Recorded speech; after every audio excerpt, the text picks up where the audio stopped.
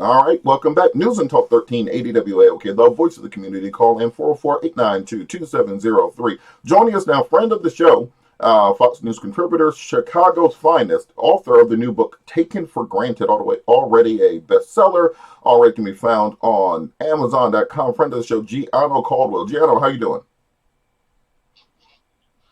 Oh, well, thanks so much for coming on.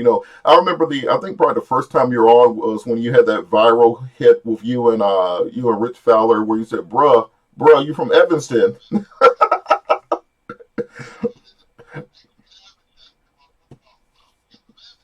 Exactly. And I was going to transition into that because I just love to see the growth in people. I'm one of those people, I root for everybody to win.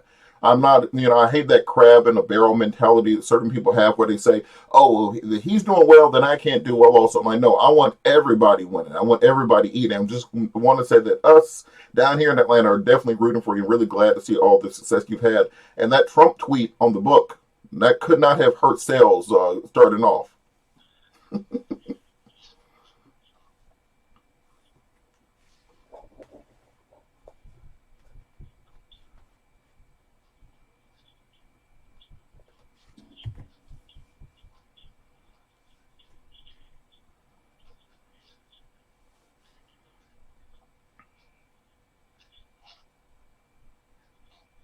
Mm-hmm.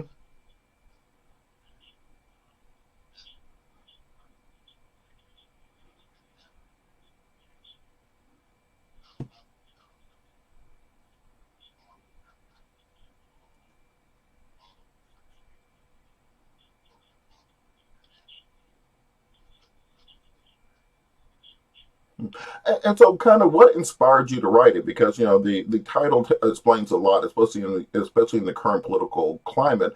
But kind of tell people what inspired you to write the book and what they generally can find in it.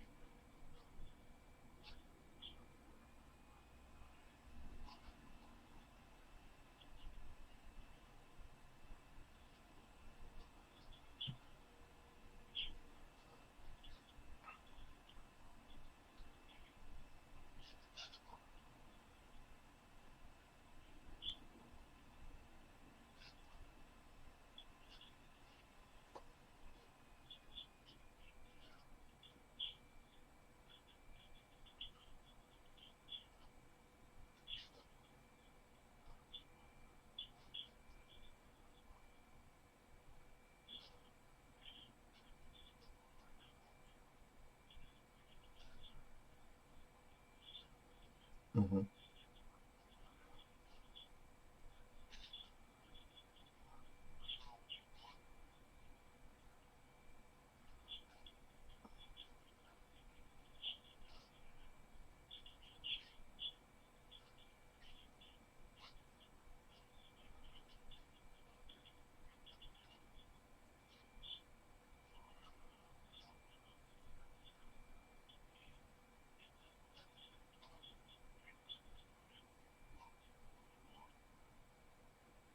Well, it's interesting because coming up in Chicago politics, that's not really a hotbed for black conservatism.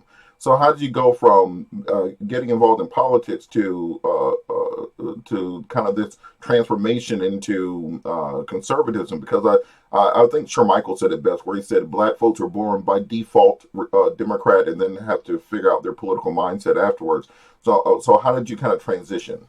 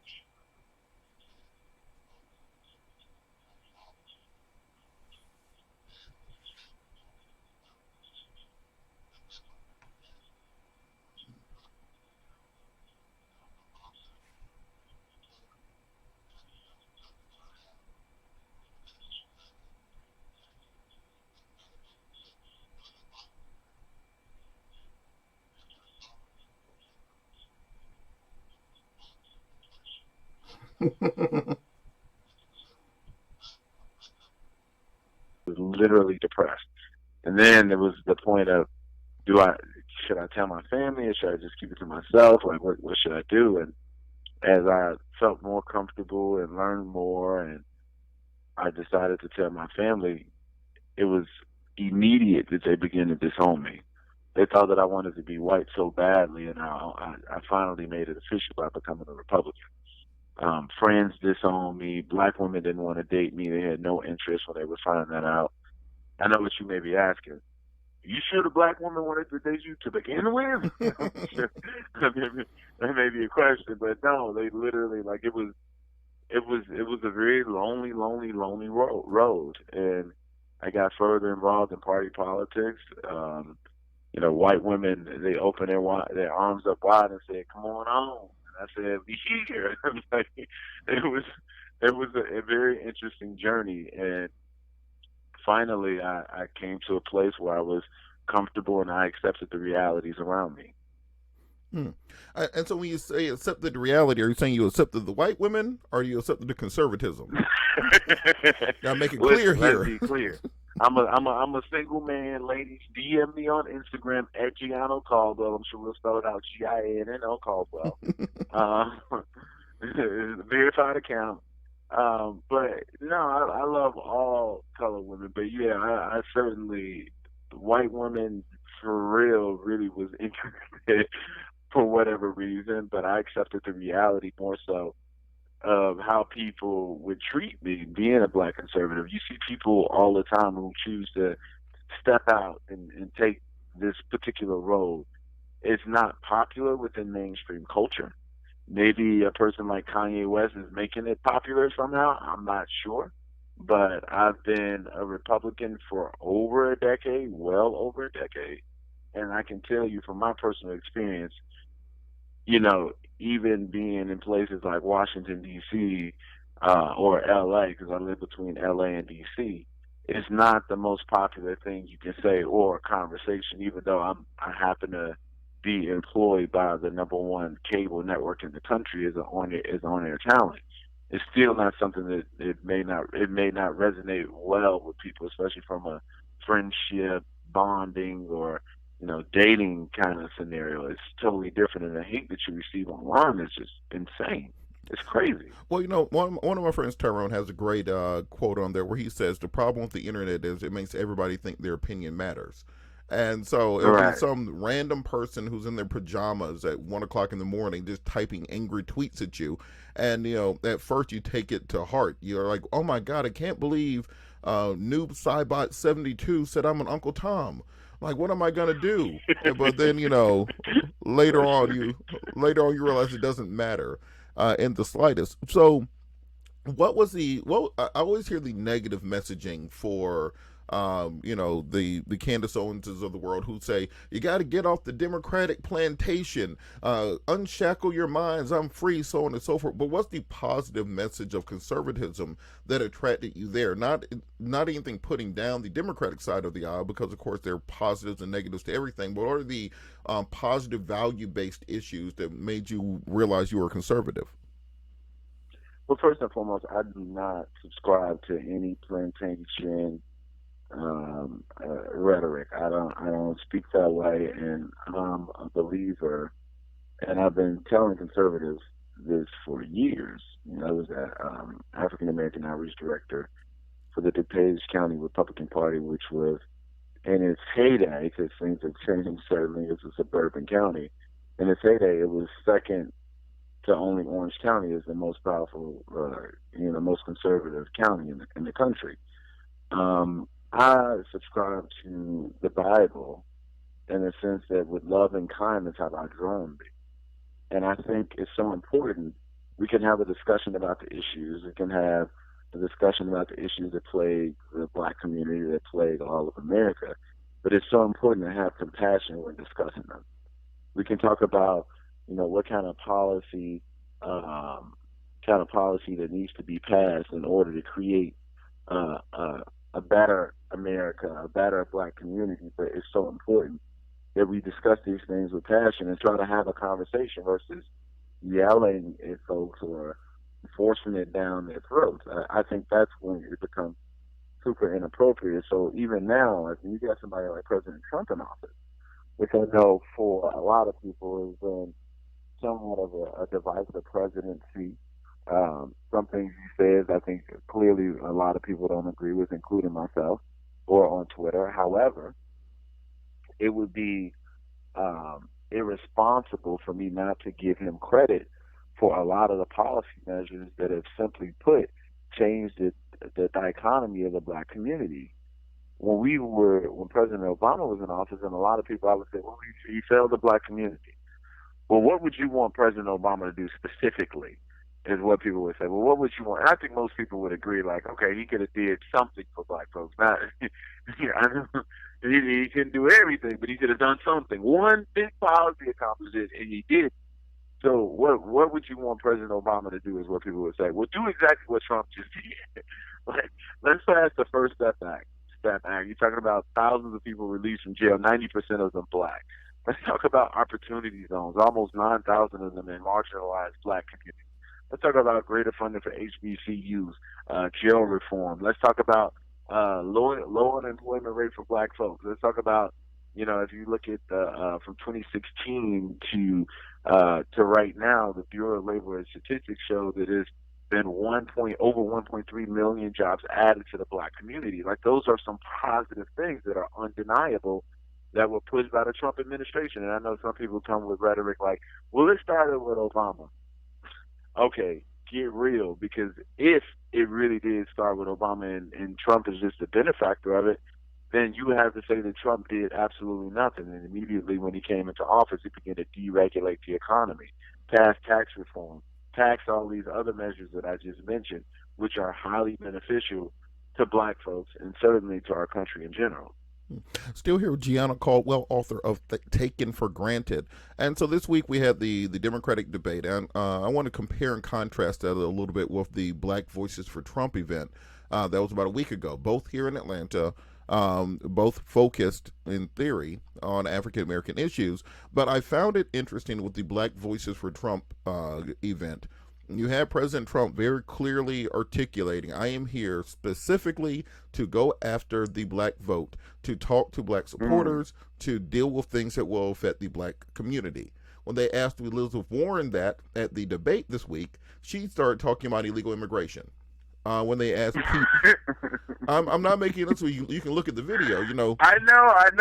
It's just funny. It was a train wreck to me, but please continue. when they asked Pete Buttigieg what he's going to do to become closer and help the black community, he started talking about how being gay was the same thing as being black.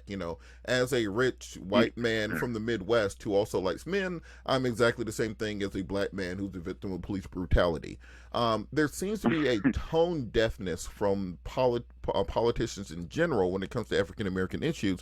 So how can we get both sides of the aisle to better understand the needs of the black community?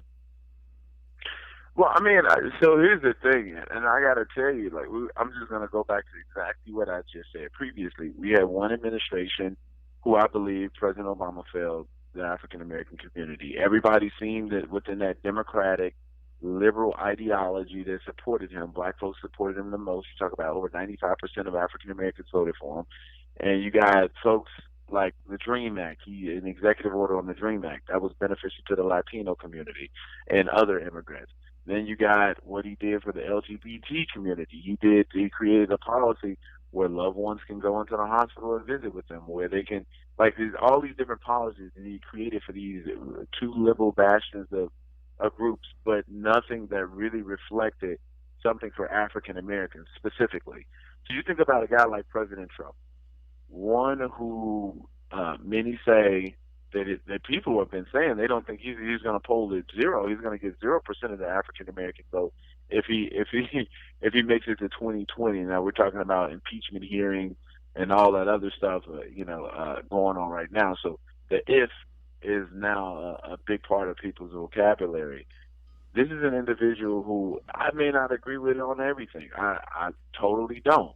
However, it is undeniable that this has been somebody, the first president that I've heard in my lifetime, and I'm 32 years old, I'll be 33 in December, who's been talking about black issues since 2016 in multiple venues, whether it be Democrat or Republican. Republicans, in historically in my lifetime, I should say, they may mention black issues once or twice here and there, nothing major. Democrats a little bit more.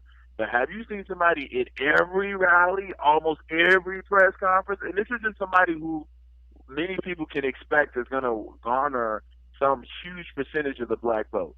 Maybe he'll move up 3, 4, 5 points. I don't know. That's significant enough. But we've never had anybody that messaged it as much as Donald Trump has, and further had policy to accompany it. This is much different than what Democrats ever expected, and I'm sure there's a lot of Democrats that are pissed the hell off that you got a Republican like this who's willing to go so far on this. Now, I tell you, I was on television last week exactly, and Vox did an article where they said Democrats have to be concerned about President Trump and the black vote because they think that he can gain ground. And I absolutely agree with Vox. And you know, Vox is a liberal kind of publication website. It's a much different playing field than what we're used to. And I think Democrats ought to be concerned because we don't see anybody on the left right now channeling black issues or at least providing solutions to them outside of their big solution is reparations, which is a smack in the face and an insult. Well, it's interesting because Trump does what I like to call black uncle conservatism. What black uncle conservatism is, all of us have black uncles who are black, usually, your dad's brothers, your mom's brothers. And you'll hear conversations as a kid where they'll ask, your Uncle Bobby, your Uncle Tommy, your Uncle Earl, something like that. Hey, what do you think we should do about Junior? And his answer will be, Junior needs to get him a damn job. Like, well, what are we going to do to help with Keisha? Keisha need to quit having babies and go back to school. And that's kind of black uncle conservatism. It's about fiscal responsibility, personal responsibility, strong on family issues, strong on values, and it speaks directly to kind of the id of black men in this country. And even at the debate this week, we heard a lot of kowtowing to black women. Kamala Harris talked deeply about it. Elizabeth Warren talked in depth about it. Joe Biden talked about it. But President Trump seems to be the only person reaching out directly to black men with a message that seems to be resonating with them. I think a recent Hill poll had him at 32% with black men. Now, even if that's an outlier, it does raise questions of what exactly are Democrats going to do to bring black men into the fold. And I did like how in your book you kind of go into kind of that mindset. So can you kind of dive into that a little bit about the mindset that leads black men in particular away from the Democratic Party and towards a more conservative messaging? It's a few things. One, in 2016,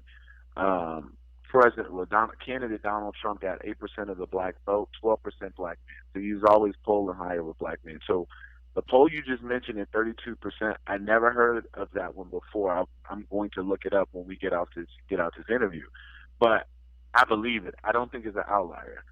First and foremost, there's been so many black men that have been taken out of the house, demonized for being black men. I think there's a demonization that we see in this country for men in general. And it's not right. It really isn't right. Like, all men aren't dogs. All men aren't bad fathers. All men aren't, there's been a flipping of the paradigm where there used to be real respect for men. And I'm all for respect for women, but it seems like respect for women in some cases for some people, not all, but for some people comes at the putting down of men and just demonizing men, which is so problematic. I think that black men in general with President Trump, because I've been thinking about this myself, and I've called and talked to other black men about, what is it that's so attractive to you for regarding President Trump. And some of them appreciate the job numbers. Some of them appreciate the straight talk. I think, sometimes when you're communicating things to certain groups and demographics, there's a certain sensitivity that must be engaged. However, for some others, they may appreciate somebody who's going to be more of a straight talker, and we can cut through the bull BS. Mm-hmm. So with that being the case, that may be it. So I really have to see the pull tabs on that poll because I'm so interested and intrigued by that. And I'm interested and intrigued by what your opinion is because one thing I like about you and I appreciate about you when I see you on television you're a straight shooter. You're a very straight shooter. And you say some things that I can agree with. Some I'm like, no, I don't really agree with that. And you say things on Facebook, follow them on Facebook, that I repost on my own Facebook that a lot of conservatives that follow me happen to agree with you on. So I'm interested in knowing your point of view Well, on that. Why do you think black men are polling higher with Trump? I think like after 2012, 2016, 2018, what the Democratic Party saw was that you had a huge uptick in black women voting. That you saw Doug Jones be carried to victory basically by black women.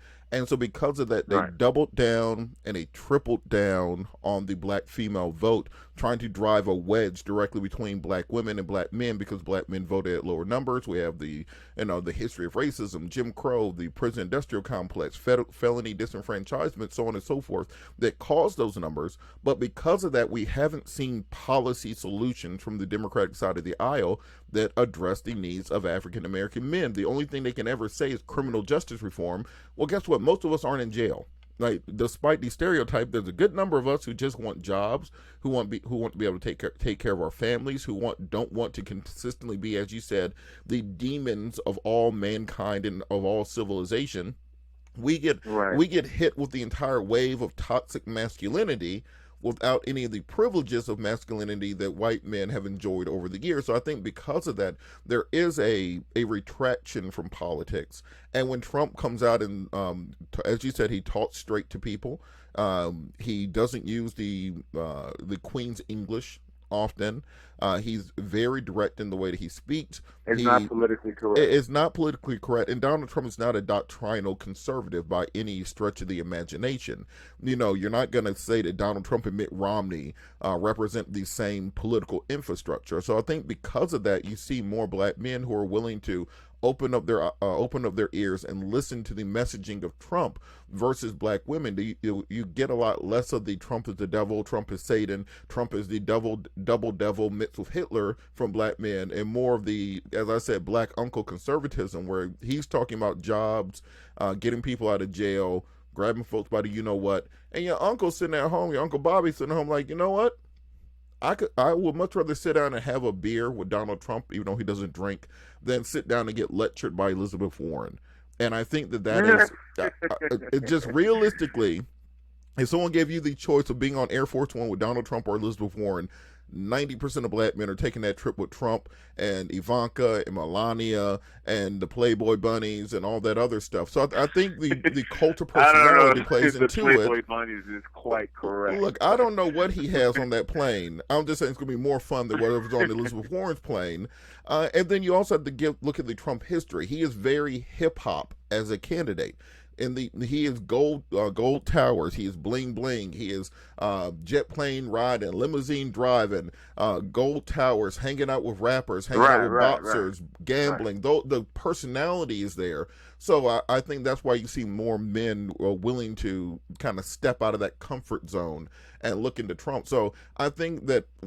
But beyond that, though, I think African Americans actually appreciated some. I should say African Americans actually appreciated somebody who was willing to raise the issues. I think that's why people gave him a chance. Versus if Joe Biden becomes the nominee for the Democratic Party, so him against Trump, you have one person who obviously is relying heavily on the African American vote. I'm talking about Joe Biden versus Trump, who's accomplished great things for African Americans, knowing that there's not going to be a lot of African Americans that simply acquiesce to his request of voting for him. We know that that's not going to be the case. Now, I believe that his percentages are going to increase. I absolutely believe that because he has done what he said. And in a short period of time, you're talking about 2 to 3 years, I'll go on record and say I believe that President Donald Trump has been the most impactful president of my lifetime for African Americans from a policy standpoint. Most impactful, period. 2 to 3 years, look what all you've done. And we usually get one issue done out of 2 terms. Well, That's what happens. The thing is, at 32, but Joe Biden, let me that's a low bar. Let me finish real quick. Well, but 32%, when you're talking about the black vote that's been voting over 90% for Democrats for decades, That's significant. True, but what That's I'm saying is, extraordinarily significant. when you say of your lifetime, we're talking about Reagan dropping crack into Oh, black 32 years communities. old. I thought you were saying 32% No, of no. black What I men. was saying Got is like Reagan as a child, he had Reagan dropping crack into black neighborhoods, so he's out. You got George H.W. Bush, he's out. You got Clinton and the Clinton crime bill, deporting Haitian refugees. He's out. You got George W. Bush doesn't care about black people. He's out. Then you got Obama. So that's a low bar to say he's the most impactful president for black No, folks in your lifetime. I'm a disagree with you and push back on that. You just mentioned what 4 or 5 presidents: Mm-hmm. Reagan, Clinton, Bush, Obama, and then Trump. 5 presidents can change a whole lot, brother. A They could whole indeed, lot. but I'm saying A whole lot. we're So not in really. my lifetime, it's fairly significant. Yeah, but we're not talking about like Mount Rushmore presidents here. We're talking about a little bit of bottom of the barrel presidents in the last 30 years or so. Yeah, But but here's the thing though. Let me make my point even stronger. We're talking about in my lifetime. Trump's been in office for 3 years now. Within 2 to 3 years, he changed the dynamic of the black unemployment rate. You know how bad the unemployment rate has been for black people over the decades since '86? Horrific. And he changed it in 2, 3 years. So if you measure it from that distance, 2, 3 years, look what you've done in your first term. And to be honest with you, I want to say that he's passed more policy for black people than any policy measure that's been passed in this administration.